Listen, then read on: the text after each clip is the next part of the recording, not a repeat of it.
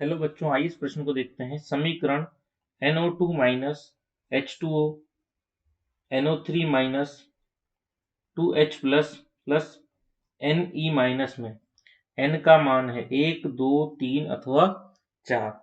तो चलिए सबसे पहले हमसे प्रश्न में पूछा गया है तो हम मुख्य उदाहरण लिखेंगे।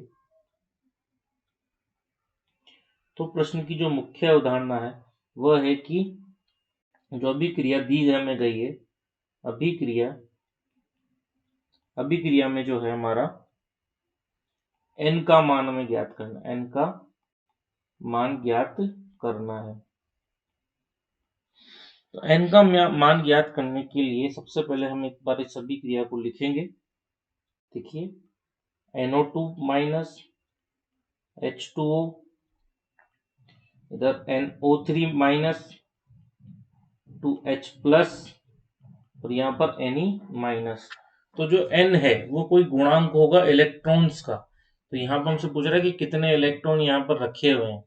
तो इलेक्ट्रॉन को हम ज्ञात करने के लिए हमें सबसे पहले जो है हमारी अभिक्रिया में आवेश को क्या करना पड़ेगा, संतुलित करना पड़ेगा। तो सबसे पहले यदि हम बात करें हमारे प्रश्न में, तो सभी पर आवेश की तुलना कर लेते हैं। आवेश की तुलना यदि हम करेंगे तो देखिए NO2 पर कितना आवेश दिया गया है। NO2 पर हमारे पास -1 आवेश दिया गया है। H2O पर हमारे पास आवेश कोई दिया नहीं गया है, शून्य आवेश। तथा NO3 पर हमारे पास -1 आवेश दिया गया है।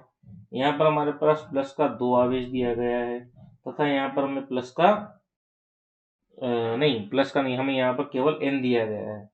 ठीक है, n की ज्ञात हमें करनी है। माइनस यहाँ पे -n मान के चले हम, तो या तो यहाँ -n लिख लेंगे या n ही रहने देंगे, क्योंकि माइनस वैसे भी यहाँ पर इलेक्ट्रॉन को प्रदर्शित कर रहा है। तो यहाँ पर n के साथ माइनस लिखने की हमें आवश्यकता नहीं पड़ेगी, क्योंकि n तो खुद ही क्या कर रहा है, इलेक्ट्रॉन को प्रदर्शित कर रहा है। इसलिए माइनस जो है इलेक्ट्रॉन को प्रदर्शित करता है, इसलिए माइनस को लिखने की आवश्यकता हमें नहीं पड़ेगी। तो ये -1 हो गया। इस -1 को इधर बुलाएंगे तो ये +1 हो गया, और इस 2 को हम यदि इधर बुलाएंगे तो ये -2 हो गया, और यहाँ हो गया हमारे पास n।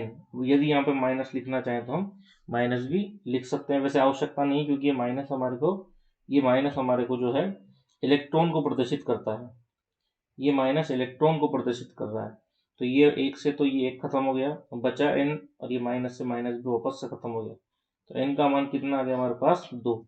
अब n क्या है, तो यहाँ पर 2 इलेक्ट्रॉन हमारे को रखने पड़ेंगे। तो यहाँ पर जो है हमारा सही विकल्प बी होगा, और n का मान कितना हमें प्राप्त हुआ है, 2 प्राप्त हुआ है। आशा करता हूँ आपको प्रश्न आसानी से समझ आ गया होगा। धन्यवाद।